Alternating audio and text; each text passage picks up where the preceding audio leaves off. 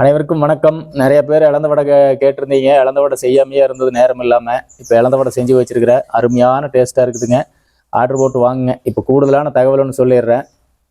நம்ம நம்பியூருக்கு பக்கத்தில் செம்மாண்டாம்பாளையம்னு ஒரு ஊருங்க. அங்கே வந்து எஸ்எம்னு ஒருத்தர் இருக்கிறாரு.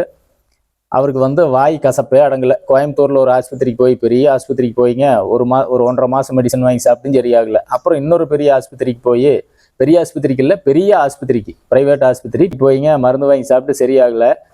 அப்புறம் அவங்களுக்கு மரமேற வர்றவர் இழந்த பழம் பொறுக்கிட்டு வந்து கொடுத்தாராமா. அது ஒரு கை இழந்த பழம் நல்லா இருக்குதுங்க, சாப்பிடுங்க அப்படின்னு சொல்லி கொடுத்துருக்காரு. இழந்த பழத்தை சாப்பிட்டு மறுபடியும் சாப்பிட்டோன்னா அந்த வாய் கசப்பே போயிடுதுங்க. அப்போ உமிழ்நீர் அந்த சுரப்பிகளையெல்லாம் தூண்டி இருக்குது.